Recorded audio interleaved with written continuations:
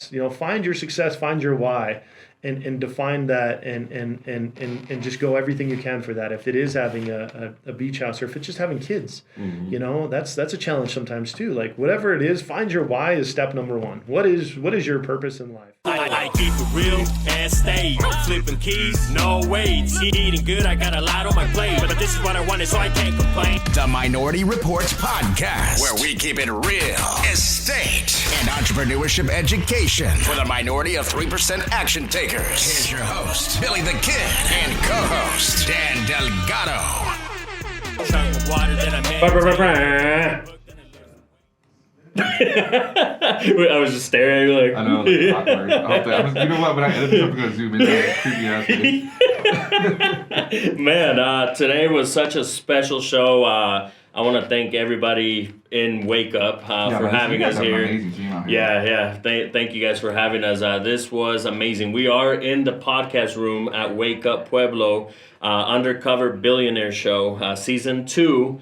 With Matt Smith. That's who we just got done interviewing. It was such a great interview. I can't wait to listen to it again. Yeah. I mean, every time, like, you listen to it and it's like, oh man, like. and I love Colorado. Yeah. And I've never been to Pueblo, and it's a beautiful little town. Yeah. We're staying at Airbnb in a little. Yeah, that's awesome. That's super cool. Yeah, we watched the Raiders game last night.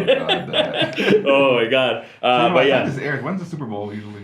Like, actually, yeah. It's early February, so they would have already been kicked out of the playoffs. Or they'll be at the Super Bowl. No, it's been amazing. We flew in. This is our first podcast. When we started the podcast, our goal was to leave town, and obviously we wanted to show love to our community beginning, and we're definitely going to do way more of that too. Yeah. But it's time to start expanding and getting out of town and meeting great people like Matt Smith. I mean, like I said, this episode was amazing. So, book of the week. Yeah, book of the week. Time to pull out the Google. Yep. Act like you read the book. Actually, it's probably one of your favorite books, man. Oh God. 10X Rule.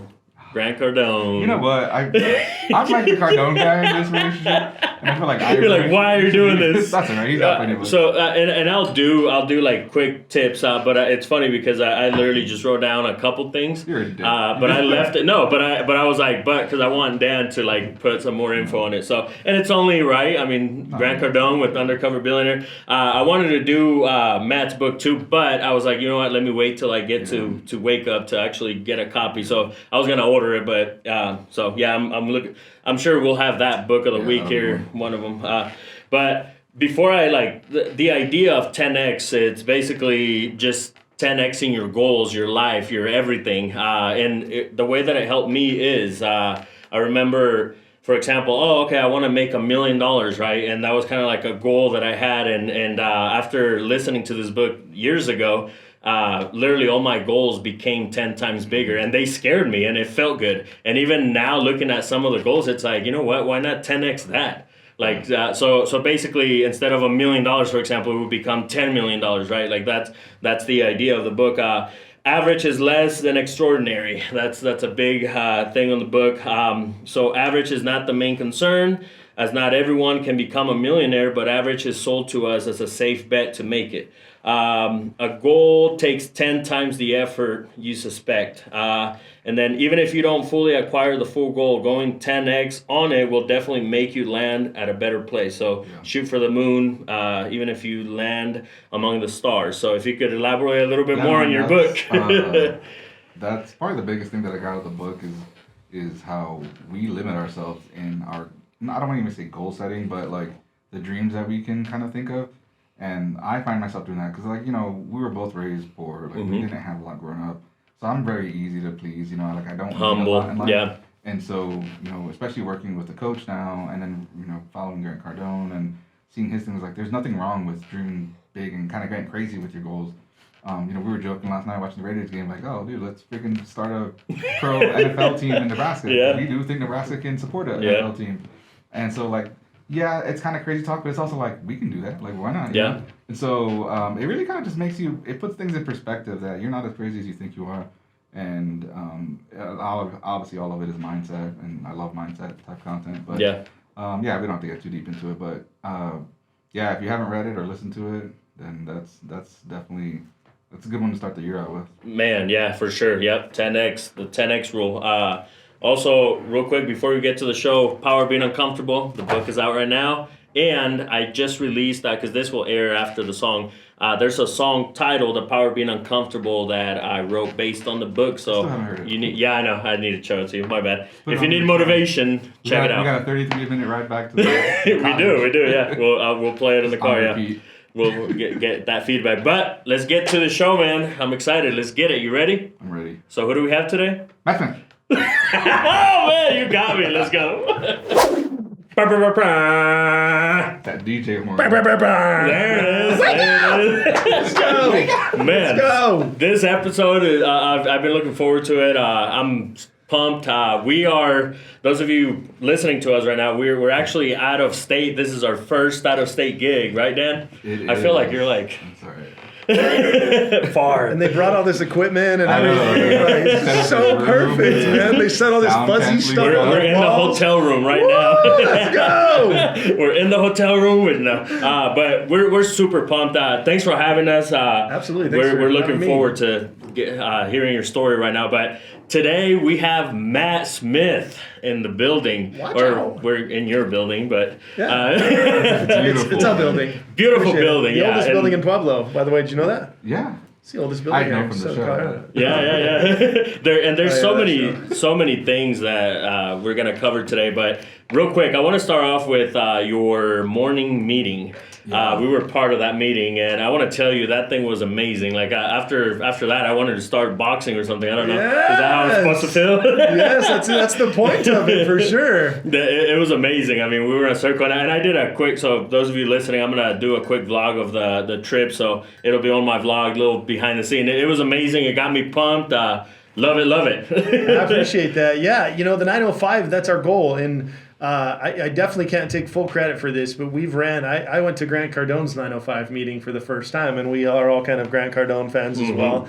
But when he invited us out there, our entire team went out there, and every single day at 905, he has a big circle, and his circle is a little bigger than our circle, but it's the point of the meeting is to talk about successes and get everybody fired up for the day. You know what I mean? Like, we want to talk about, we're successful for the clients, over communicate sometimes, but it's really to as you know, when I start screaming at the beginning of it, good morning, and they come back and wake up. But everybody's involved in the whole meeting, and we get to brag about each other. And to me, there's nothing more important in our organization to over communicate and continue to just show the love. Like we love to show the love to each other. And you included everyone. That was another amazing thing that, like, we were kind of like, okay, they're having their business meeting. Yeah. We were kind of like, let's sit on the back, and you guys were like, no, come on in, come on in. We like to do the uncomfortable. Love it. The power of that, baby. So many things to talk, but we'll jump right in. So you mentioned Cardone. I have so Undercover Billionaire, a great show. I don't, when it comes to sports, I watch the Raiders and that's it, but I don't watch TV. Oh man, all right, I gotta get out. You're in Denver. Right. True. But I don't watch TV like that. I removed it years ago, right? Like, I don't know, especially like super drama. But that show, as soon as actually, me and Dan were talking about it. We were on our way to film a podcast. I got you on that show. Yeah, and you told me about it, and ever since he told me about it, I started looking it up, and I jumped in. Like, me and the wife binge watched it like that day or 2 days tops. Nice. Like, we binge watched it because we were like, oh my god, Yes. Just the whole show was amazing. Biggest question I got for you is, did you know it was Cardone? I did not, man. I gotta say, I knew something special was happening, but I definitely did not know what the magnitude of how special it was. And that's what I told him, because a lot of people are like, there's no way he didn't know. I'm like, I don't think before that Matt was in that world yet, and I was like, it seemed like, you had your own thing going on. Yeah, absolutely. Like, you were I busy. was like, so, I don't know. There's people that I talk to now that don't know who Cardone is. So we were talking about how if somebody walks in like that, what were some of the stuff that maybe you talked to your wife about? Hey, there's this random guy that is asking me for money, and also what made you believe to take that shot? Yeah, that question alone could take forever, because there's so much to that question that didn't go in the show. And Grant, a.k.a. Lewis Curtis, did such an amazing job of not playing his cards, but working his ass off for us. And I think in the show, it portrays that I met this guy and I wrote him a $10,000 check. Right away. And that's what everybody in this community is like, hey, Matt, can I get a $10,000 check? Hey, Matt, what about me? Can I get some money? And I'm like, it was not like that. Like, it was actually the opposite. It's something I say as an entrepreneur, and all entrepreneurs can hear that is like, teach me how to save money or make money, and I'll share. And that should be the key to everything. Like, if you can come in and add value, and that's what he did. So day one, Grant comes in, you guys saw him, and I was like, okay, what's going on? This isn't like a wake-up production with 2 camera guys. This was 15 people, drones flying around, signatures being had everywhere in my gym. And I was like, okay, what the heck is happening here? So we met a little bit there. And then, day 2, he comes back and he was like, I just want to talk. I heard you're the guy in this community that I need to talk to if I want to open a business. I'm here to help Pueblo. And anybody knows me, I love this community, and I'm all about what I can do to help this community as much as I possibly can. So they knew that. They knew how passionate I was about Pueblo for sure before they got here, I think. But ultimately, Grant comes to me and says, hey, I just want to work. What can I do to add value to your company? And I was like, well, I don't know. Like, here's what we have going on. I had a carpet cleaning company, I think still the Spa at the time, Snap, Snooze. We were launching a lot of different things in different avenues. And I remember distinctly looking him in the eyes and I'm saying, what's in it for you? And he was like, nothing. I'm not asking for a dime right now. Let me prove my value, and then we'll talk about money. And that's what got you. And that's what got me. And I'm like, okay, let's prove it. So then fast forward, we go to the mattress sale. He says, just, give me the money for the marketing and let me run. And I'll prove to you whatever you would normally do on a Saturday and Sunday, I'll 10x that, or 5x that, or 3x that, or whatever it'll be. But then you're like, what is 10x? At that exactly. Point? And he didn't. I don't think he really said 10x, but he said, and then I just want a little piece of that because that'll just show that I'm committed. And then let me just run some marketing after that. I said, all right, let's roll up our sleeves. And I'm always a good time for old guerrilla marketing, going out there rolling up our sleeves, stopping cars, going in. Dude, I was watching that. Cars. I was like, oh my God, because I've done that with shows. Like when I do hip-hop shows, I'm sure. I'm out in the streets passing out flyers for the show. And so I literally it hit me. I was like, man, let's go. Yeah, you guys didn't see the half of it. Like truly, my wife jumped in somebody's car at Safeway and brought the lady back to Snooze Mattress Company. Like Grant got flipped off. I got flipped off. Like, when you're in Safeway and you're passing out flyers and you're stopping cars, there's only so much that people can take at some point. They didn't enjoy the fun of it. But we were hustling out there, stopping cars in front of our store. But that's when I was like, all right, this guy's a hustler. Like I could tell you right now, this dude is a hustler and he's trying to earn his stripes. So, 2 days goes past that. We had some great weekend sales, stuff that I can truly attribute to him because without him, those people don't come from Safeway or they didn't come from this. And that's all he was trying to prove is let me show you to add value. And he added value. And then the next was Monday, I believe. So it was after the sale. He comes in on Monday. That's when the camera crew comes in. And that's when I write him a check. But it wasn't like, hey, let me borrow money. I'm going to come on day 1. I just met this guy, write him a random check. There was so much to him proving what he was, and he added value. He absolutely earned every penny of that. So I love it. That's amazing. But like we said, you had your own thing going on already. Yeah. So can we kind of talk about, well, maybe we should bring it back a little bit and talk about, your upbringing. Are you from around here? I got to get you up a little bit closer. There you go. Are you from around here? Born and raised. School? Yeah. I go back as far as you want, but this is my home. Yeah, born and raised in Pueblo, Colorado. Been here my entire life. I've chosen 100% to raise my family here. I'm a huge fan of this community. I'm a huge fan of what it stands for. Met my soulmate here. Pueblo has given me everything that I have. I wouldn't be who I am without this amazing community. So, my goal is always to give back as much as I possibly can. So, single mother, 2 kids, raised here in this community. Grew up pretty not with money. So, I could tell you story after story of that, but that really told me that I wanted that freedom that I didn't have as a kid. I wanted to make money. I wanted to figure out how to make money as a kid. And then also I knew that I didn't have a dad. So I was going to give 10 times as much effort to become a better dad than I ever didn't have. You know what I mean? So that's a little bit, I can go as much depth as you guys want on that, but truly, I am who I am because of my mom. What she gave me and what she lacked, I guess, in money, she gave me in love and dedication and spirit and drive and so many other things out there that I wouldn't change my life for the world, man. I love that. And what was it then? When was that seed planted in you where it's like, okay, I can actually do what I love and get paid for it? When was that seed planted for entrepreneurship? Entrepreneurship, my story is really, I remember selling bubble gum in my locker room and, I'd go to Sam's Club, buy it for $10 and then sell it individual packets for like $1.50 or something like that. So then I'd make $14 or something like that. I'd make $4, and I was like, hustling, love it. People are coming to my locker room in middle school like, hey, I got $1.50 for a bubble. I'm like, oh, okay, I see this a little bit. I delivered newspapers at that time, trying to figure that side of it out, waking up at 5 a.m. or whatever to get those newspapers out. I remember doing dishes, and I think I did a telemarketing job, and that was when I started to really understand sales. And the kind of not unlimited income, but a commission. I was like, okay, I can make more money than everybody else if I work harder than everybody else. And I think that was probably a big part of my journey on that. And then when I got a full-time career selling mattresses. So I worked for a mattress company for 18 years. That was my history from 19 years old till about 4 years ago. I worked in a mattress business. And while I was doing that, I was the king of side hustles. Like I would truly hustle on the side. So when I was 25 years old, I opened Snap Fitness. And then at 26, I opened the party bus business. And at 27, I opened a carpet cleaning business. And this entire time, I'm investing in real estate too. I bought my first residential property at 19 years old as well. And I was just trying to figure, okay, rentals. And then when 2007-ish happened, 2008, it was like crash. But I'd made some money. So I wanted to have my money work for me instead of me work for my money. But it's still, the whole time I'm doing this, I had a career, and I had a career that I loved. I was a manager of a mattress company, promoting people, hiring people, growing stores all over the nation. And it was like my dream. I worked for a guy that was really good human, the last company I worked for. But then when I met my soulmate, and I always told myself, the minute that I have kids, I will never work weekends again. I'm not going to do it. And that's truly, I stayed to my word. I met my soulmate, my wife, Jenny Smith, and when we decided to have kids, that was when I said, okay, I'm done working for somebody else.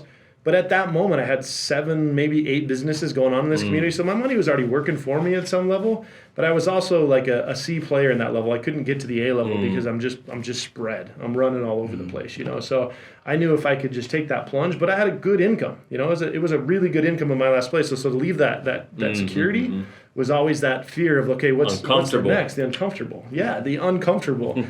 So that's why I was like the side hustle. But the minute that my wife got pregnant, it was like, okay, so we ended up putting in my notice and saying I'm done. Left career for 18 years, retired out of them. And the rest is history. It was, if I have any take of that, is I probably left 5 or 10 years too late. I did stick with them because they were good to me and I was good to them and I loved it. And they let me have some freedom to open side businesses and do all of this other stuff. But truly, the minute I left that year, I tripled my income. And, from what I had over there. But it was just because I'm working for myself now. You know what I mean? I'm doing it for myself. I'm trying to figure it out for myself. So it was the best thing that ever happened to me. And then I never worked a weekend again. Obviously, we still have trips here and there. But overall, I'm a dad on the weekends. And that is what I'm going to do. I'm not working any more 12-hour retail days or anything like that. And it leads to your book. I love the title. It's Dadpreneur. Those of you who are just listening on a listening platform, check it out and show it to the camera real quick. That's the cover there. If you could run down that right there. Matt in a tutu. It's me in a tutu. That book right there. Just the title. It's like it's relatable, right? Like as soon as I seen the title, I'm like, oh my god, yep. I love it. No, if you could talk to us a little bit about it. Yeah, and that's what it's called, the Serial Dadpreneur. Cereal spelled like a bowl of cereal, And Dadpreneur, obviously, you're a dad, but you're an entrepreneur at the same time.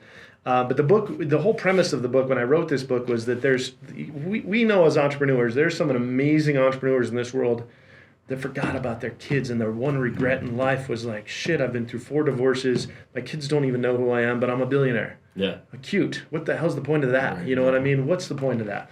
And then there's also the other guys. There's the dads that could have been a successful entrepreneur that said, no, I can't follow my dreams. I gotta raise these kids. I gotta make sure that they have a strong home and stuff like that. But by not following your dreams, you're not necessarily raising them the way that they should come up seeing you, grind and give them a little bit of freedom and stuff like that. So that was a combination for me. As we talked a little bit, I had a dad that wasn't around. I had a mom that was the most amazing woman on the planet, but didn't suffer from lack of money. So it was like this was born in my eyes where I was going to be the best dad I can be and just have freedom. I'm not a money guy where I want to have the coolest cars and all that stuff. I want freedom. I want to be able to do what I want and take my kids where I want to do and let them see the world a little bit more and make memories. That's what life's all about. So the premise of the book is juggling that, and how to juggle that from, I talk about bending time as a chapter, and it's about how to juggle your family and and where the other one doesn't know. When I'm here, I'm dedicated here. When I'm with my kids, I'm dedicated there, and making sure that I get up at I was up at 4:45 this morning, 4:30 on an average day. That gives me 2 to 3 hours before anybody even moves in my household. That gives me the time to get my heart pumping a little bit, but work. If I got to work in the morning, they don't even know it. That doesn't affect them at that moment in time. Sometimes I got to stay up later. Whatever it is throughout the day, if you've got an hour lunch or whatever it may be, when, yesterday we're on vacation, we're on a trip, but I got a 2-hour drive home.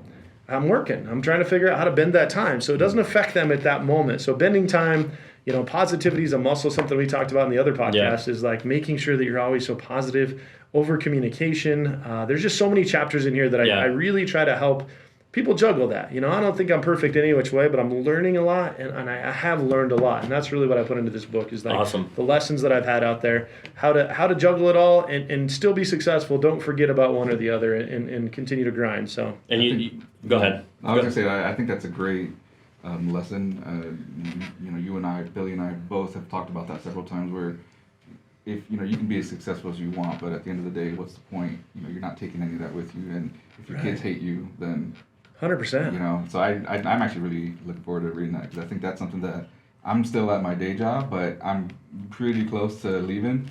And so I'm just like, how am I going to? I hope your boss is not listening. I'm sure she's not listening. I love it. But and to your point, like finding your why too. Like that's, I think, the first chapter in there is finding what your why is, because ours is family.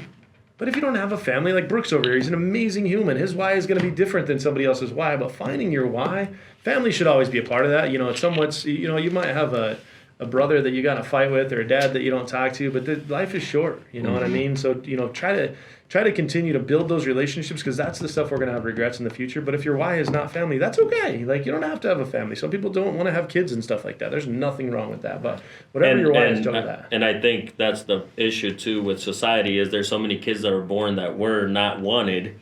And so they end up getting the short end of the stick. Obviously, like I said, I never met my dad either, but like you said, one thing that I love that you said was that pushed you to become a better father for your kids, and that's the way I feel.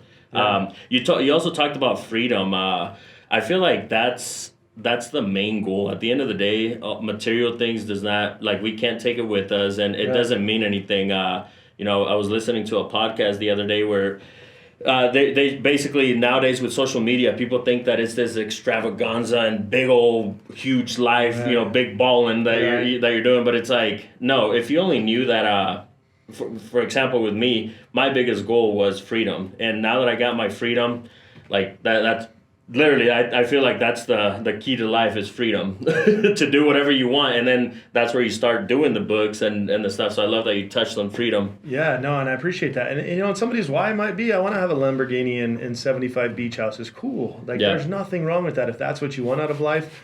But you're right. You can't take that to the graveyard. You know what I mean? There's Tony Robbins says don't be the richest man in the graveyard, because all that other stuff doesn't matter. Who's the relationships that you build. The family here. Like, wake up. This is a family that we have here as well. But making sure that you maintain that most importantly than anything else out there is all the other stuff. But freedom is fun. Yeah. Who doesn't want to go to Paris on Thanksgiving, or go to let your kids see something new and have an adventure? But that's, to me, what life is all about. How old are your kids? 7, 6, and 2. Okay. And so how does this entrepreneurial lifestyle, like, how do you teach them that at home? It's funny because we're working on strategies. Rich Dad Poor Dad has a game too, a board game. It's about money. My 7-year-old's been playing that. We play chess. We do a lot of strategy at that house.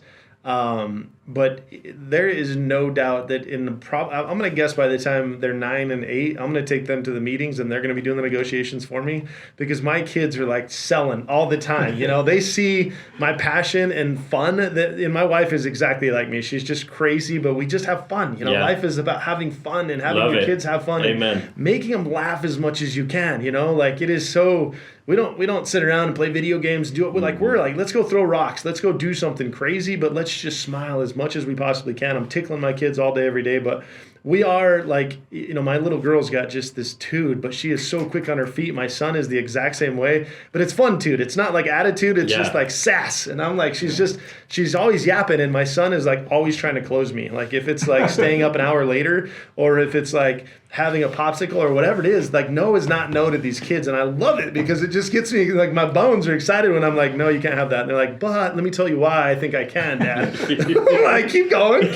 All right, you can have it. You got me. You know what I mean? So yeah, it's truly just having the fun with them, keeping the competitiveness with them. We're all competitive. We play basketball. We play chess. We play video game, or not video games. We do play some video games, but Sequins we've been doing a lot. And what's the other game we play? Like, I don't know. But anyway, we play games all the time. So keeping them competitive as much as possible. We also read books every single night. And that's what I was going to ask you. What's the money talk like? Is it over dinner, or when does the money talk come? That's a great question. And, I try to involve them. I talk to my kids like they're adults. You know what I mean? So even when we're at a resort for the weekend or whatever it may be, we'll talk about what it costs and what that means to them. When they get a new toy in the mail, what does that cost? I mean, my kids all make some kind of an allowance somehow, some way. And I'll always challenge them. Like, we've been doing the days of the week or whatever it may be. I'll throw $1 out on the table and be like, all right, give me what is today's date and, what is 2 hours or whatever it may be from now. And then what is this and this. Just throw a challenge and they can take the $1 or they cannot take the $1. Yeah. But, making sure that you talk to your kids like adults and not like kids. Don't treat them like, hey, guys, count the candy. Like, how many people? Like, no, like, here's real money. Yeah. Here's what this means. This is why Dad goes to work and has to travel to get this stuff. And this is how hard it is. And I think because of it, my son is probably the most cheap-ass kid you've ever met in your entire life. Like, he'll question me sometimes. He's like, Dad, that's $4 for that. We don't need that, Dad. I love it. I'm like, you're right, but you deserve it, kid. Like, I have to talk him into something sometimes. So, just talk money, and talk to your kids like they're adults. I think that's a big deal. You talked about allowance. One thing that I started doing with my kids, I think I talked about it on a couple episodes ago, but basically I pay them $10 each book that they read, a self-help book. And I read it somewhere, but the whole point of it was instead of saying, hey, go do this and you earn this much, it's like the books are going to teach them this whole other world of entrepreneurship so if you pay them per book, and so that was part of the goals that we wrote down was how many books they're going to read this year. So we'll see. Do you make them do a book report too, or just? No, just talk. Just talk. Yeah, not like a huge structure, but I think we are gonna get to that point where it's like. That's a great idea. So. Yeah, and I think that's the thing is like it's the old days of allowance was like here's $5 a week if you take out the trash, you do food patrol, and you do the dishes once a week or whatever it may be. But like I think the newer modern days is like always be challenging. Always find hey, get a book done. You can earn more. It's unlimited. Yeah. Get this many done. You can make $20 today. You ready to go make $20 today? Yeah. Go read 2 books. You know what I mean? Like it's unlimited for you too if you go out there and really achieve those side of it. So yeah, I love that. That's great. For sure. And I want to talk about your franchising that you're doing now with your Snooze company. If you could talk a little bit about that and how was that process going from, because it's a local store, right? Like it was just you to now, I mean, it's in, I was watching something that now it's in San Diego and California and everywhere. Yeah, and I might have to buy one in Nebraska. You want to turn key business that you can make some money and have some fun doing and wear pajamas? I mean, yes, we've got that all for you. But yeah, I mean, it's been a dream of mine, like we started this conversation, to give back to this community as much as I possibly can. And the family and the employees and the family that we have in house, like we want to grow something. And I've always, I owned 11 businesses total in this community prior to, and then I've sold all of them off down to the 4, I guess. But the goal was to learn from all of that to get to this moment to be able to scale nationwide now instead of just in this local area here.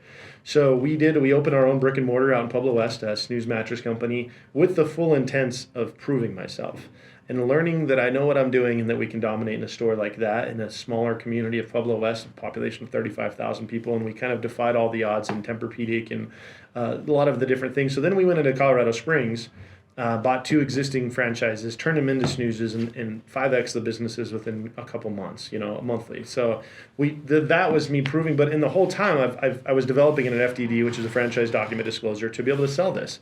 But I knew that I owed it to myself and to all future potential franchisees. I better know what the hell I'm doing before I start selling this thing. Yeah. I better have proof of concept. And then we've got like George, who you've met, Andrew Carrington, one of the top trainers in the nation. Eric came from Silicon Valley, like he's our president over here, but just an amazing wealth of knowledge. We've got 100 years of experience in this building in mattresses before we even launched this. So it was important to me to have the product before I launched it out there, and we truly do. I mean, from Wake Up here, we're a marketing company, so we help market for those franchisees as well. So it was important to turnkey, but this is what I know. I mean, of everything that I've been involved with, this is 20 years of my life has been selling sleep and really teaching people how to sleep better at night and the effects of sleep and what it does for everything. As you guys know, like if you're not sleeping at night, it affects your entire day. You can't do your morning routine. Yeah. You're tired at your kid's football game or basketball game because you didn't sleep the night before. So sleep affects everything that we do. And our goal is to not just open snoozes everywhere, but to change the game. Like we wear pajamas. We have Mayo Clinic technology when you walk in there that we actually fit you for a mattress. We make custom pillows inside of the store. Like everything, all of our sleep guys, as you met the guy Nick today from Disney, he starts today, but he's going to go through 3 weeks of understanding the human body, talking about sleep, understanding it better than anybody. So when that customer walks in the door, this guy knows his lane. So everything from beginning to end, and we partner with the biggest in the world: Tempur-Pedic, Stearns and Foster's, Sealy. We've got our own proprietary mattresses that we've launched out there, proprietary training. So we've really set it up for success, and now we've got 18 stores sold.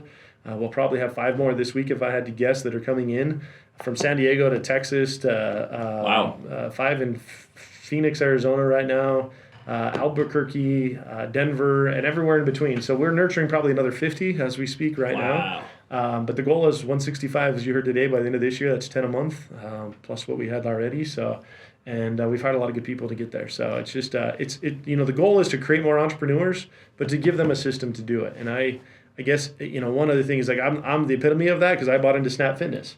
Snap Fitness is a franchise. And when I bought into them, I saw them be at store number 400. And then they got up to almost 3,000 stores, I believe, at one point in time.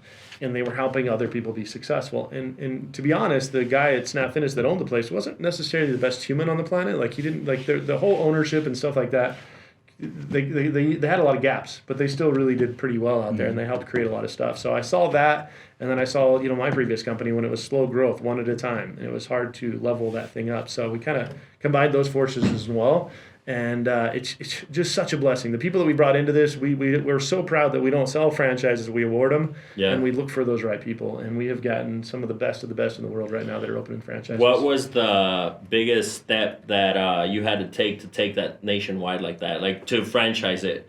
Because a lot of the people that are listening to our podcast, we talk about this a lot, actually. Splitting your business out as like a franchise model. Yeah. No matter how small the business is, build it like a franchise model. So if you could give us some pointers on what it takes to put a business business plan together like that for franchising. Yeah, so it's about a 6 months process. It's a hugely legal process.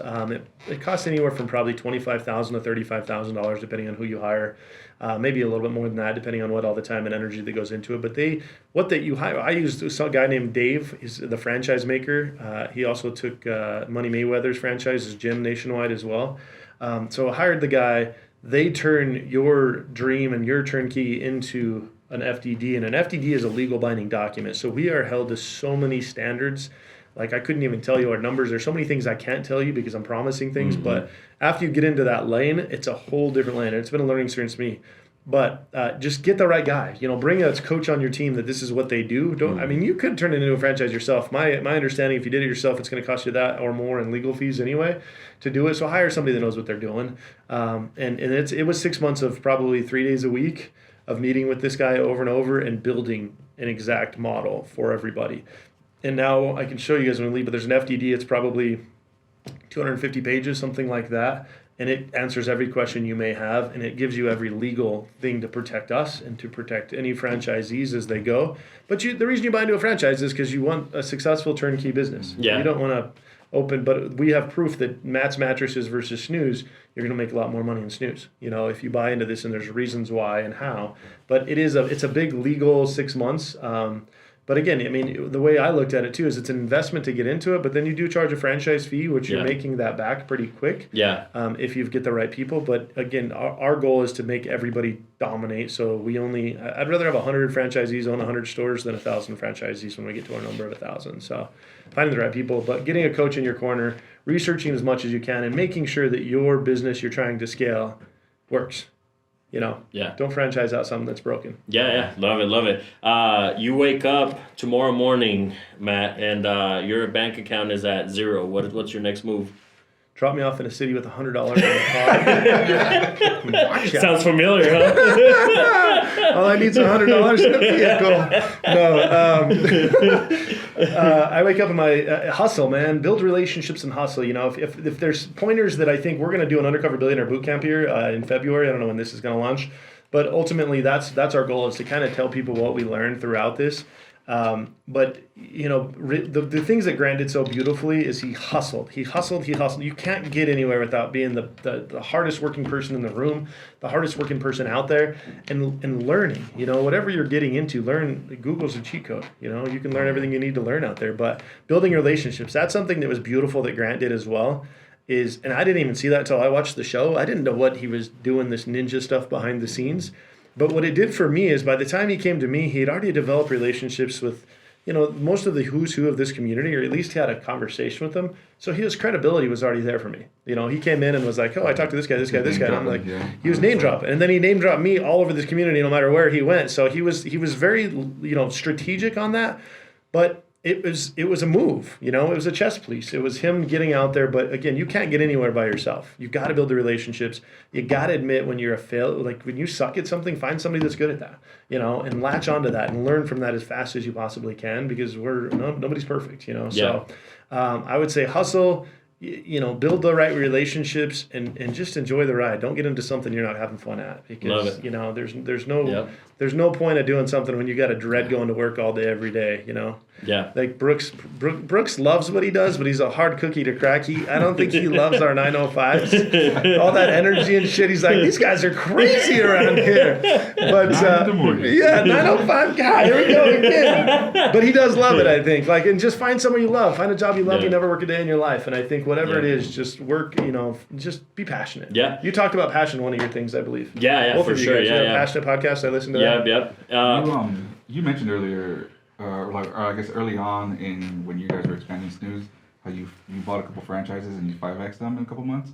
Yeah. Can you talk about what did you do to do that? So we bought 2 in Colorado Springs just to prove that we could 5X the volume in a short period of time. So we literally bought the businesses, gutted the whole thing, turned it into our system. So it looked different, it felt different. There was different technology in there, different salespeople in there that were really scalable, really good humans. And then we advertised right too. We got the traffic through the doors, but we just changed the look, the feel, everything that we did in that business. So literally overnight, between wake up and just the people that came in, just you could tell. And my opinion when I walked into this place before is it looked secondhand. It looked like it just needed consistency. And first impression's everything. And it's a beautiful store now. Both of them are probably the nicest stores in Colorado Springs, and that really helped. There's no doubt. But the people love what they do. They're good at what they do, and we hire the right people. We hire the right people involved in that, and then get them in the door. So I think it was 2 months. The second month we were open, and we 5X'd the business. How do you what's a daily or morning routine? Do you have a morning routine that you do, or what's it like? Well, he gets up at 4:30. We know that. Yeah. I get up, but I go to bed early too. So I mean, that's one thing I tell everybody. Like some people are night owls. I mean, I think when you become a dad, you lose that because you have to wake up in the middle of the night, feed kids when they're babies, especially. Like you lose that night owlness. But still, you guys might still be night owls. But I've learned my pattern is to get to bed, 9ish, 9:30, and then my alarm hits off at 4:30 in the morning. What's your alarm? What alarm do you have? Like the sound? It's your horn. Is it just a regular alarm? It's just an alarm. And we were just talking about it on the way here. So I was telling Dan that when I used to work my 9 to 5, I used to hate that sound. So as soon as I like became financially free, I like stopped using an alarm because of that reason. And nowadays I use like a song just to wake me. It was like a well, and it's funny because so what other thing that I've learned is like the meditation thing. But at nighttime, I have to put a running band on my head, and it's got speakers on the side of it, and I listen to like the beach sound all night long. So the sound of the ocean. Mm-hmm. So then my alarm plays through my speakers in my head to wake me up because I'm already listening. But I've learned in my own sleeping habits is if I get woken up, I can't go back to bed. I'm just up. And I've learned that sound does that for me. So it changed my life when I just listened to the sound of the ocean. And then when I push meditation, so I'll listen to 15 minutes of meditation before I fall asleep. And then it knocks me out. And then as long as I don't get woken up, I wake up by my alarm that screams in my ears at 4:30 or 4:45 in the morning. So that's a good question though, because you're right. I think if the sound that you hate, that's probably a good thing because you want to get your ass out of bed. Yeah, right. But it's like fraggle. Like, you need something that's exciting. But we are working on some apps for that too. We're gonna have some snooze apps that we'll be launching that'll have a lot of different choices and a lot of different sounds and stuff like that as well. But anyway, one of the keys to the alarm and whatever sound that it is, one thing that I've learned is get your ass out of bed. 3, 2, 1, wake up. You're letting yourself down if you hit snooze.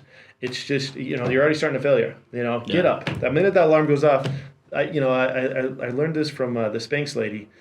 She counts down 3, 2, 1, and you just get your butt out of bed. And just get up. Because it's too easy. I'm still tired at 4:30. Yeah. I'm not wide awake. Yeah. You got to pull yourself out of there. And then I always do a little scoop of caffeine, some kind of a pre-workout or something like that. Because I've been in the gym business forever. So and by the time that stuff kicks in, I'm either on a treadmill. My preference is running outside. I ran yesterday even in the cold, but I try to run outside as much as I can, but it's getting a little too cold nowadays. So I was at the gym this morning. I have a trainer so many days out of the week. But during that, I'm a big believer of putting positivity in your head. Mm-hmm. Like I'm listening to Matthew McConaughey's Greenlight. Hugely recommended. It's a really good book. This guy's good, man. His voice, Yeah. He's smart. He's good. And this is probably like it shows his vulnerabilities too. It's just he throws it all out there. Have you read it? No, I haven't. You did? I haven't heard it, but I heard when he was on Bigger Pockets talking about his book. Okay. And it's on my list to read. You gotta listen to it. I've listened to and I downloaded Will Smith's new book. I heard that one's awesome 16 hours of Audible. You know what I do, Matt, too, is I put my the audio version. I just 2 times it. And so then, double speed. Sometimes people laugh at me, like if my Bluetooth goes off and the phone's like, and my wife is like, "What are you doing?" Now she knows, but I will never forget that first time where she's like, "How do you even understand that?" But like so it's more like I want to learn that bad. Like it's like a 8-hour book. I listen to it in 4 hours now, and I actually learn it. Or I obviously.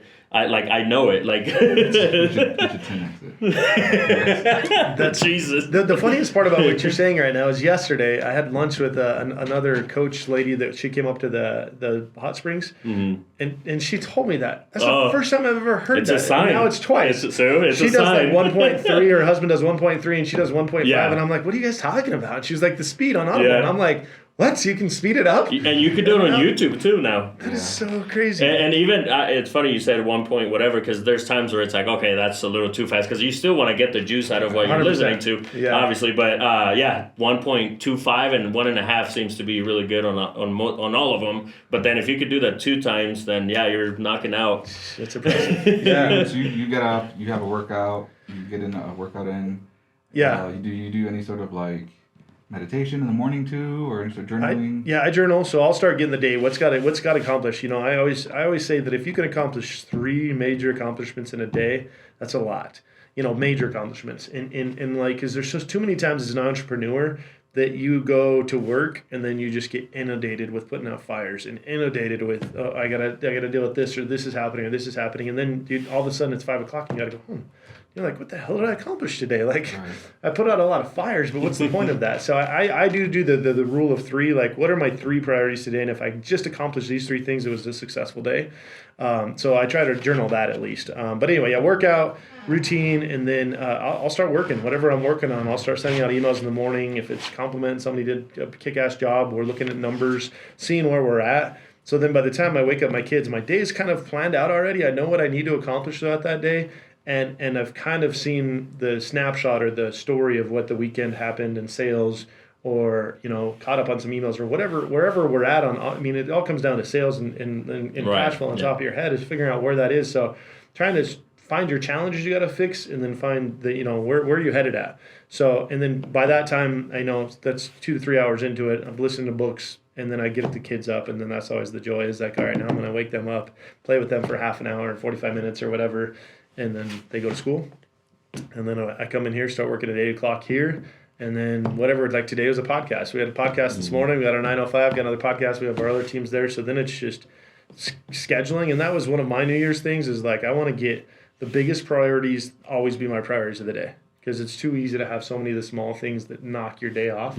So keep the biggest priorities and protect that, So, so that's routine, is you get positive in your head, get your heart, I called it bending time a little bit, but like you could double dip. If you're running and you're listening to an Audible at the same time, you're doing two things at the same time. You know what I mean? So even if you can journal, and I journal a lot, like we're doing this 10X conference, and I'm already writing out my speeches. So while I'm running, sometimes I stop, and then I'll pull out my notes, and I'll write the notes down, and then I'll start running again. You know what I mean? So it's like you triple dip if you can do it that way. Because you just get so many different memories. I do that with books too. If I hear a quote or whatever, I stop and I have a bunch of notes on my phone that I'll just.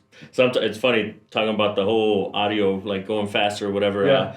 There's times where I'm like, okay, let me slow that part down and rewind it so I can like understand it better. So you might have to do it. Well, you can record that. You probably know that. Right? The recording. I learned that too. You can just record. It's called the clip. So it'll give you like the last 30 seconds. So if you find something that's just powerful, just push clip, and it'll give you the last 30 seconds, and it'll hold into the top, so you can always go back to that. Oh, sweet. Right, some magic. So you mentioned a couple times, coaching, and then you said you have a trainer. Can you speak to a little bit about how important coaching has been in your life? Because it seems like it's a big emphasis for you. 100%. Like, I am such a fan. I think anybody in this world is crazy to think they can do it by themselves. And I think, why try to learn it on your own when you can get a professional out there that really understands that? So, from a book, Christine, you guys met this morning, like she's my book coach, to I have a life coach I meet with normally at 8 o'clock every single Monday. And I canceled that this morning because I knew we had a podcast today, but he'll be here this afternoon. So he comes in the morning, and then in the afternoon, I've got a personal training coach. We're public speaking. I mean, we're going to have, I probably have 5+ coaches in my life right now. And it depends on, the new year, like what's next in our life. I meet with the guy that turned us into a franchise every single Tuesday at 4 o'clock. He's my franchise coach. So we're always just bouncing off what's going on, what's right, what's wrong. But these are experts in their industry. You'd be crazy not to get them. And it's okay that at some point that you might get through that coach and need a different kind of coach in your life. There's nothing wrong with that. The one coach that it's been solid in my life, Dave, he's been a coach of mine for, 10 years, 11 years.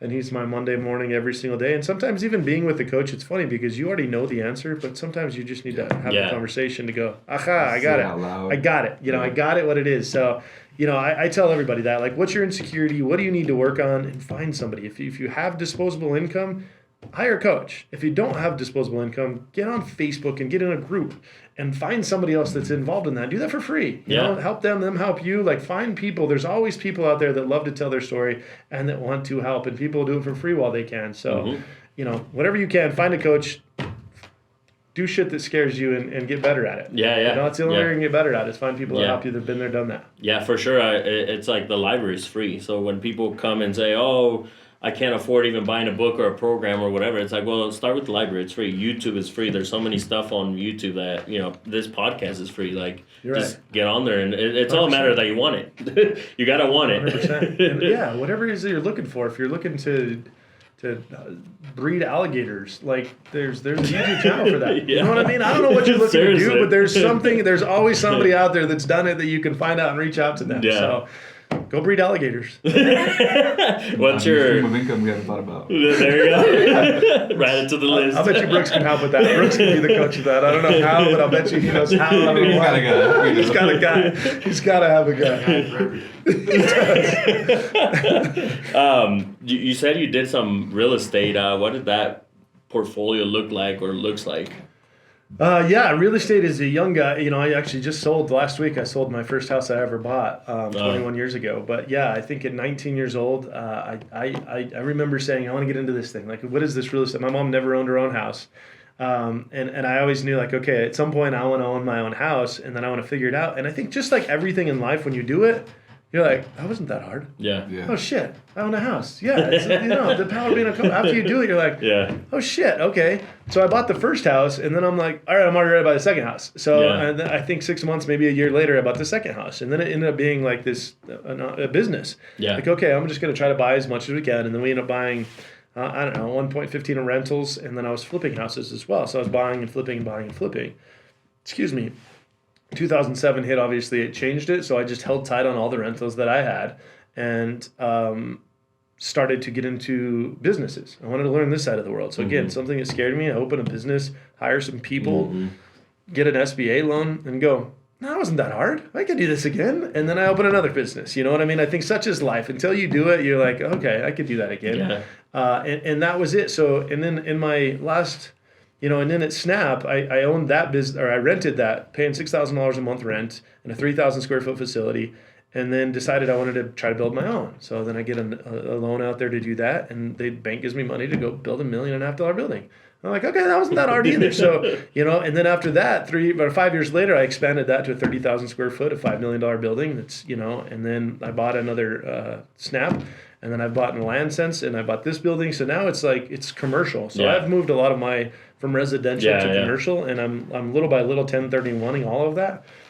Because 1031 exchange is tax benefit. You can use the money that you've made and push that into something else. So now I'm putting all that into snoozes.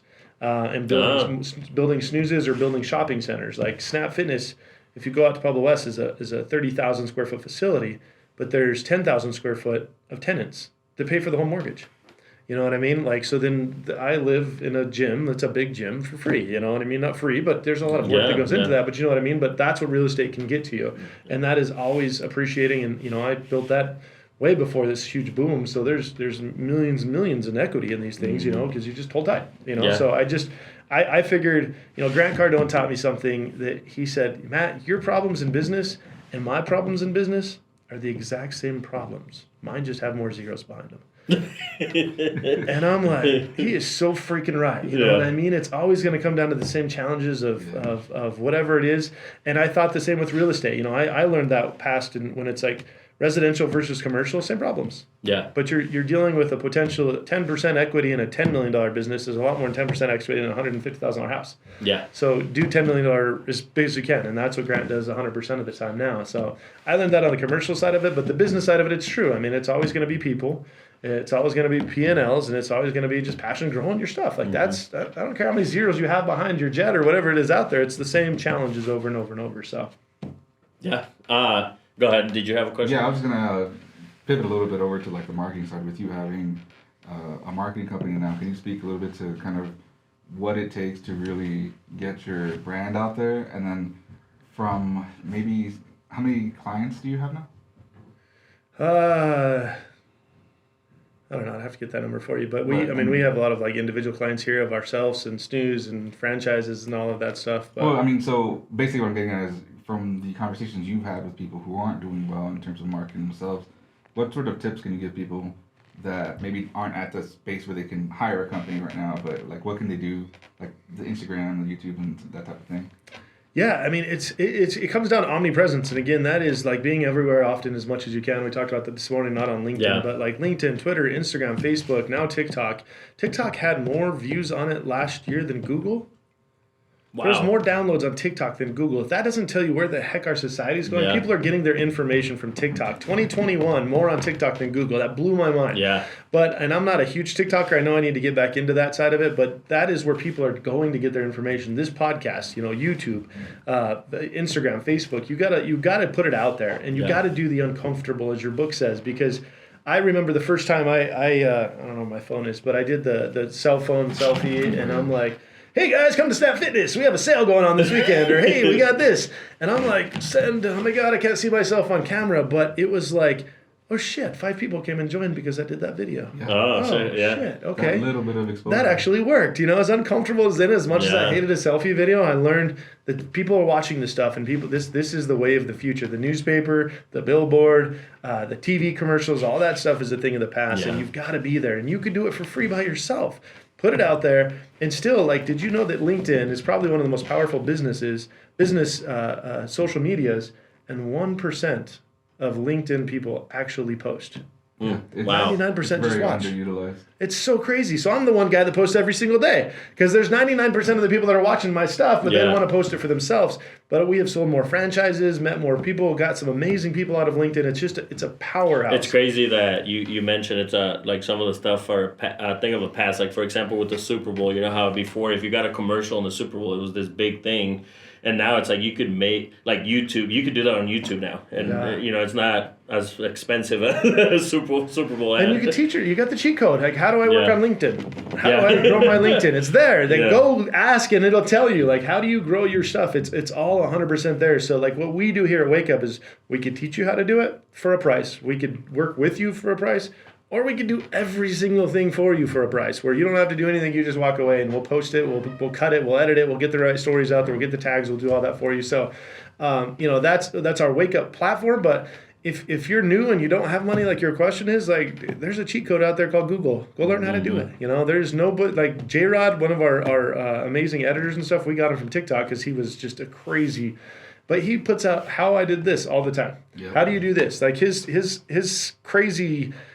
Skills are free to go learn, you know, and so many other people out there. Like Grant Cardone puts everything out there on the line. If you want to learn, he doesn't hold anything in. It's all out there for the public to see. You're right, though. I think a lot of it is people's discomfort. They feel uncomfortable being in front of their camera. Yeah. They don't want to come off as they're being like salesy. Yeah. But like Cardone says it, like you gotta promote yourself and promote whatever it is that you're doing. But yeah, I do think a lot of it is, and with people that I've talked to and trying to help them with their marketing stuff, it always comes down to how uncomfortable they are in front of the camera, and then they're just like, you know what, I just rather not do this. You know, so it's like, just do it. I was totally uncomfortable the first time, and then after years of doing it, it is what it is. You just get used to it. I don't even watch myself anymore, but that's probably the best advice I can give you. Do it, maybe do a couple takes, and then just post it. Never watch it. Just put it out there. Don't watch it. All you can do is drive yourself crazy. Just move on and go do your other thing. You know what I mean? On to the next one, And you will be surprised. And maybe you go back and look in a couple days, the comments that are underneath that for whatever it is. You could sell your product. You could, inspire some people. Whatever it may be, just put it out there. Yeah. Love it. How has your life changed after the show, The Undercover Billionaire? A lot. I think we were hustlers before, for sure. But I think after... The show's brought a different audience, great people like yourselves that are coming into our area every single day. Yeah, a random traveler coming in this morning. Another random traveler came in today that hit me up on Instagram. So we have a lot of stuff like that the show is a big inspiration for people, you know what I mean? Grant is such an inspiration for people as well. And, when I went to his 10X conference last year, it was crazy how many people slept in their car and had zero hope, and then they read the 10X book, and then it changed their life. You know what I mean? So the hope is that we were able to do a little bit of that through the show, but it's like it's elevated us. It's elevated our community. People come through this community every day, no doubt in my mind, to have a slopper now. They come into here to take selfies in front of Wake Up. Actually, somebody came in to take a selfie in front of Wake Up a couple months ago and backed into one of our employees' cars. And they're like, just came here and sorry, we hit a car. But it's been so good for our community for sure. It's been great for us, me and my wife. We've just been able to elevate the message a little bit. There's more audience on there on what we're doing and how we're doing it. And I can't say how blessed and honored we are to be on this ride, and it's not dying. I think we're just getting started. We're doing a boot camp this year, but me and Grant talked about it not too long ago, and he was like, when the show dies, Matt? And I'm like, well, I don't know. And he's like, when we let it die. Like, put that shit out there for the next 10 years, Let's always keep this relevant because this is changing people's lives. It's helping people every day. And we're getting, a new audience. Like Paris was I flew to Paris for Thanksgiving, and on the TV was Undercover Billionaire. I was like, oh, that's cute. My kids are like, Dad, you're on TV right now. It's so awkward. But it's like Dad speaking French. Yeah. But no doubt, the relationships, the people that we've met, Grant Cardone, a huge mentor, just an amazing guy. His wife and my wife is now in real estate with Elena as well. Oh, cool. Oh, nice. She works right underneath Elena. That was my next question was, what's that relationship like now? It's amazing. We were on Clubhouse twice a week now. Me and Grant are doing different things out there. I talk to him, as often as I can. I talk to Jared all the time. He's a big mentor for us too, Jared. And that's kind of another cheat code that we have that's pretty awesome. Is like, you know, you want to Forbes rank Grant the #1 social media influencer in the world, and we got that guy to like help us if we fall into a wall or something. Like, hey, we did this. How would you help? You know, and Jared is an absolute asset. He's so smart and he's so good at what he does. So Jared's a big part of our success as well too. And just they're always a phone a friend away. He'll be at our boot camp somehow, some way as well. Yeah. And what's that boot camp all about? If you could give us a little info on it. Yeah, long story short, it's Undercover Billionaire boot camp. It's just we're leaning in. You know, I mean, we're going to bring in all the people that were on the show, interview them, talk to them about, you know, but ultimately the whole goal is how to get from 0 to $5.5 million in 42 days. And what Grant and myself did, from building the relationships to doing what we did for the customers, to learning from every single pitch, to grinding, just hustling out there to make this thing work. Grant says 0 to 90 days. It took us that first almost 2 months to figure out what we were going to do. And so 42 not days to mention he had COVID and COVID left, came back. So it really was 42 days from start to finish. When we said, okay, we're a marketing company, it's going to be called Wake Up, 42 days to get to the $5.5 million. So we're going to talk about the relationship building, the hustling, everything in between on how to get to that level and how you can do that on your own life. You know, from family first. You know, me and Grant talked the other night on Clubhouse, and I told him, I'm like, you know, you probably would have gotten to $20 million if it wasn't for me. And because I held him back, and he was like, you are absolutely right. But he was also like, you know, I wouldn't have gotten anywhere without you either. Like he understands, like he was in this for 90-day sprint.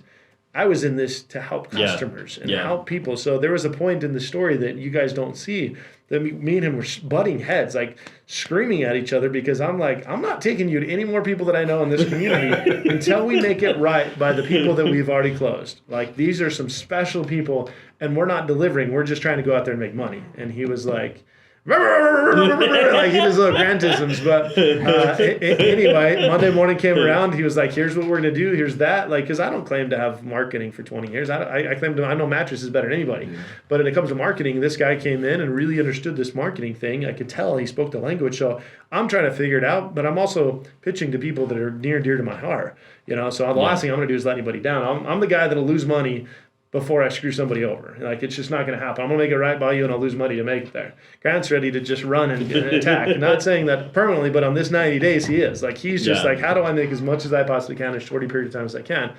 And, you know, after I saw the premise of the whole show, and I saw him behind the scenes, I'm like, okay, this all makes way more sense. Yeah. But I did. I held him back, you know, but I also, it wouldn't happen without me either. We did it right. We were talking about that this morning, how, Grant brought in a ton of marketing experience and a lot of energy.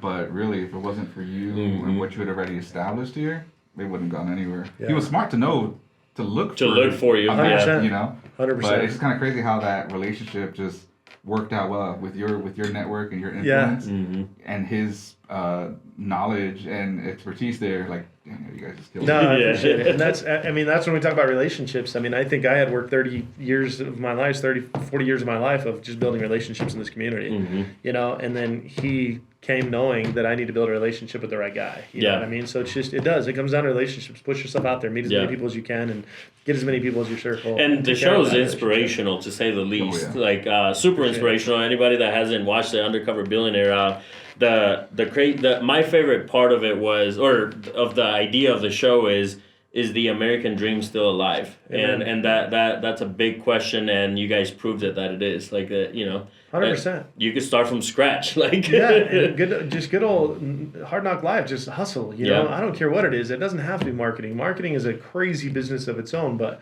it could be anything, from mattresses to flipping houses to whatever it is.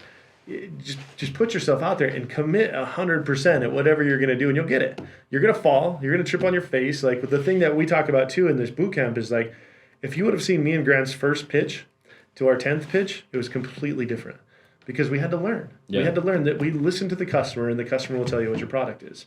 And we had to learn that. We talked to the first customer, and we're like, we're going to do telemarketing for you, and we're going to do these direct mailers, and we're going to have somebody do this. And they're like, okay. And then nobody wanted that, and nor did it really work. So by the second pitch, we changed a little bit. By the third pitch, we're like, okay, these guys don't really care about TikTok. They don't care about Snapchat. They care about this, and this. Okay, so we're going to do more of that. And by the last pitch, so you have to be able to listen to your customer, but don't be too stubborn or you're not willing to adapt. Yeah. Like adapting is a part of the journey. You know what I mean? You've got to learn that you suck at things. We're all suck at things. That's part of the journey. But you got to learn from your mistakes. I always say you either win or you learn. There's no losing. And when we learned a lot, you know, but every single pitch we were willing to go back to a piece of paper and go like, all right, they want this, this, and this, and this.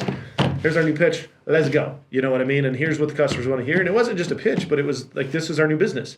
We're not going to do this on this side. I mean, I hired telemarketers one day and they were doing telemarketing and like it was 100% zeros. We didn't get anywhere. The leads were duds. They were just no good. And we were like, this doesn't make sense. Yeah. So it wasn't just the pitch. It was like the business is dumb. Like, and this isn't going to get success to any of our customers. This is where it's going to get them success.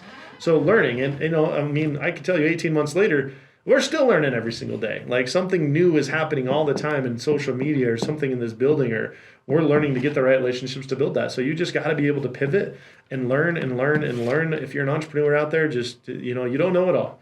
You know, one of my favorite quotes is make yourself obsolete or somebody else will. And that is the absolute truth. You know what I mean? We always got to be the best at what we do and the biggest and the strongest, and then keep building that bigger building, because at some point somebody else is going to come in here that's got more energy than you the minute you sit down and let it go. Yeah, love that. Love it, love it. Well, we're nearing the end of our show. I hate to leave. It's been such an amazing show. But awesome. we have a few questions that we ask all our guests at the end of the show, and I'll start with the first one. And it's more for wisdom for anybody listening. Maybe, you know, we have a lot of listeners that haven't made that first jump for whatever it is that they're trying to do. So the first question I have for you for wisdom is, if you were to look back at your younger self and give you some advice, what is that advice you would tell yourself? If I'm going to look back at my younger self, you know, make memories. You know what I mean? I think that's what life is all about. We've talked about money, we talk about family, we talk about all this, but it comes down to making memories and smile as much as you possibly can. You know, don't take time to the things that stress you out. Eliminate those things out of your life as quick as you possibly can. But family always first. You know, I talk about my mom at the beginning of this, but I lost my mom when she was 50 years old. And, you know, that's just one of those things you never know when your time is to come. And, you know, she never got to meet her grandkids. You know, she never met my wife. But life is so unbelievably precious, and we don't know what our clock says this is your last day. So live every freaking day like it is your last day, because you don't know if you're going to wake up tomorrow. You don't know if your loved ones are going to wake up tomorrow. You don't know how that all goes. So live with a passion, live with a purpose, but just smile as much as you possibly can, because the rest is all noise. Take care of your family, you know, love your family, love your loved ones, make those memories. Like, I know I'm in the middle of it right now, but I don't take any of it for granted. You know, as you guys know, it goes by so freaking fast. You know, time goes by like this. So, you know, get out of your comfort zone, do uncomfortable shit, take risks. That's the only thing you're going to regret in life. Take as many risks as you possibly can. But always protect your family, always protect your word, your bond. You know, your word is who you are. So use that integrity 100% of the time. But love as much as you can and smile as much as you can. Man, I love that. Love it, love it. My next question is, if there's a 3-step formula to success, what are the 3 steps? 3-step formula to success. Step 1, find your why. Define what is success. Success is different to everybody, and you know, I've got one of my best friends in the world that success to him is having beer in his fridge and being able to watch football and owning his own home, and that's as far as he wants out of life. There's nothing wrong. Simple life is such a beautiful thing, and it's okay to be, you know, that's success. You know, find your success, find your why, and define that, and just go everything you can for that. If it is having a beach house, or if it's just having kids, you know, that's a challenge sometimes too. Like, whatever it is, find your why is step number 1. What is your purpose in life? Find out that is, and then I think second step is work your ass off to get there. Don't take no for an answer, and go as fast and as hard as you can until you get to wherever you're at.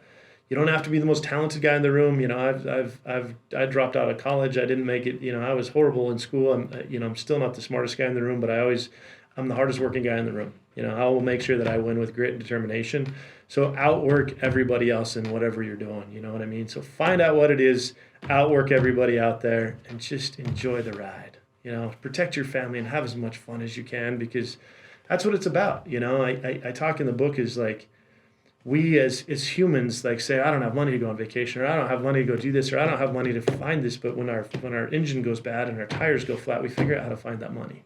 You know what I mean? So it's like, you know, just make sure that you protect your fun, and you don't have to have money to go have fun. Get the hell out of the house and go to the mountains or go to whatever's around you, run and take care of your health the entire time, but just have fun on the journey. So find your why, grit and determination, work your damn ass off, protect your family and have fun, and family first. That's my thing, is family first from the beginning. But if you don't have a family, there's still family. You got a family, somehow protect that shit. Love it. And the last question I have for you is, normally we ask what would be the theme of a book. You already have your first book. What's another book that you're working on? I know you're working on a few things, right? Yeah, so probably my most proud book that I'm writing right now is called Make It a Great Day, and it's a children's book. Getting ready to launch that as well. And the whole premise of the book is, again, things that I've learned as a father. But the first few pages of it is just make it a great day. And I tell my kids every morning, I say, is today going to be a great day? And they go, yes, because we're going to make it a great day, Dad. And I believe I love that. That is who we are. Every day we choose to make it a great day. My tires can go flat. My engine can blow up. Somebody can hit me. Whatever. Your electricity got shut off. You still attitude is everything, and you choose to make it a great day and start them young with that. So the premise of that is every day is a great day, and even if they're challenged or they're crying or something happens, I'm like, it's gonna be a great day, and they're like, yes, Dad. So that's the beginning. The middle of it is the challenges. I think one is on a bike that falls. One's trying to do a cartwheel, and one's doing somersaults or whatever. So all three of my kids, and they're the koala bears in the story, they all fail at something. And then they all stop and they look up and they're like, we're koala bears, we don't give up. And, my own kids' brain, they tell me this the other day, like, hey, Dad, we're Smiths, we don't give up. And I'm like, you're so right, Let's go back, So it's like, just don't give up. Don't give up on life, because, it's like you've seen these stories where it's like you get 75 no's before you get the yes. And that yes can change your freaking life. So be ready for that yes. You know what I mean? So just go, and don't give up until you get there. And I try to teach kids as young as I can. And then the last part of the book is, and the whole book is like 15 pages, so this sounds longer than it is, but there's a reasoning behind this. The last part is the 3-2-1 rule. And it is, the 3 best things that happen in your day, the 2 things that were a challenge of the day, and then the 1 thing that you look forward to tomorrow. And if you ask your kids that every single night, you will be absolutely blown away with the answers that you get. Because I think as a dad, their favorite part was playing football with me in the backyard. And then we went and did this and those. And a lot of the times it's like, oh, shit, that's what they loved. It's listening to your kids and understanding their own why, and they'll tell you their why. Because you think that a lot of times we're proud parents and that we want them to be like us when we grow up, and that doesn't have to be them. They like something completely different than what we think. So you're almost finding their own why, but it helps you communicate with your own kids, and that's, the 2 things is like what was challenging of the day. Again, you might have thought of their challenges and they thought of something completely different. You're like, huh. And the look forwarding to tomorrow is just always gives us something to look forward to when we wake up. Like, tomorrow. And then when we wake up in the morning, we're excited about whatever that thing they're looking forward to. So the book is called Make It a Great Day. I'm getting ready to launch it on Amazon and everywhere else as well. But that's probably the proudest thing. I'm working on the 42 Days with Grant, working on a few other things as well. But my children's book has got to be the most exciting thing in my life because, again, I love being a dad. And if it can help one other dad communicate with their kids, it's worth it for me. You know, that's the goal right now. Yeah, and I love that you touched on basically like we talked about on your podcast too. If the tire blows up, or and one thing leads to the other when you start thinking negative like that. And 100%. I always tell people, it's like if your problem can be fixed by writing a check, it's not a problem. I think health is the number one thing, right? Like once if you get sick, you have cancer. I mean, money's going to help, but it's not a guarantee. But 100%. With a tire, it's like, just go pay the whatever much it is, right? And just write the damn check, and that's it. Absolutely. Steve Jobs. Yep. So is there anything right now that with all the stuff that you got going on that any of our listeners can bring to you that would be of value for you right now? Any listeners could bring to value? I'm here to serve. If there's anything I can ever do to help, I think we, truly, we're doing franchises nationwide. So if there's anybody out there looking to become an entrepreneur that really doesn't understand the business side of it, we've really got a turnkey opportunity for people, from everything you need to know about opening your own business, and always have support as well at the home front. So, no, you guys are doing some awesome things. I researched you as much as I possibly could, and this is cool though. This is really cool what you're doing. You're putting yourself out there. And these are those little nuggets that you're throwing into there. You know, you're throwing out into the water that's going to make a big splash out there. You just keep throwing those out there, keep inspiring people in the world. Don't stop this, because there's a day you're going to look at this and go, man, we didn't get as many viewers as I want, or I didn't get as many this as I want. Like Grant started that 10 years ago, you know what I mean, 15 years ago. And he tells me the story. He's like, hey, in the last 6 months, and that was back then, a year ago, I had more viewership than the last 11 years combined. Because now people are watching all my old shit. Yeah. You know, now people are watching all that. He does. And people watch his first one he produced 15 years ago now. I mean, if you want to put in a good word and get him on ours. See what I can do. You betcha. He's a good man. And then, you know, we've talked about a lot of the different things that you have going on, but do you have like a centralized location where people can find out more about you? Probably Wake Up. Yeah, Wake Up Pueblo, snoozemattresscompany.com, snoozesleep.com is our bed in a box. We're launching a bed, or it's already launched, but it's the most universal mattress on the planet. It's a really cool thing, but it's I'm not giving a sales pitch, but it's firm on one side of the mattress. It's soft on the other side of the mattress, so if you don't like it, you can flip it. The cover is cold on one side and warm on the other side, so if it's winter or summer, you can flip the cover. So it's the first 4-in-1 mattress, delivered, shipped direct to your house at snoozesleep.com. You know, find me on social media. I'm on LinkedIn, mattsmith.pueblo on Instagram, Facebook. I throw it all out there. If you don't see my stuff, you'll see my family, you'll see my businesses, and you'll see everything in between. I'm a big believer in just throwing it all out there. Yeah, no, and follow. Man. Make sure you guys follow Matt. All your stuff is inspirational, motivational, and I mean, you just get that energy right away. Check out the show. Yeah. Seriously. Yeah. Actually, he's got the wake up screen. I'm like, bah, bah, bah, bah. Yeah, wake people up. Yeah, I gotta hear your wake up screen. Let me see. Wake up! Wake up! Yes! Wake up! Let's go! That was good. That's going to be a trailer right there. There you go. It's so good. All right, everybody out there listening, make sure you guys follow us at that Minority Report podcast. Subscribe to our YouTube and everywhere podcasts are Thanks for at. having us, man. Yeah, this thanks has for been being amazing. There. Follow these guys. They're going to do some big shit. There's no doubt in my mind. I'm excited to see you guys We watching appreciate on the sidelines. We need to do this again. Next time you're coming there through, you go. We'll talk about where we're at in 6 months or a year. Yeah, Perfect. That sounds like a good thing. So let's get it. Thank you guys.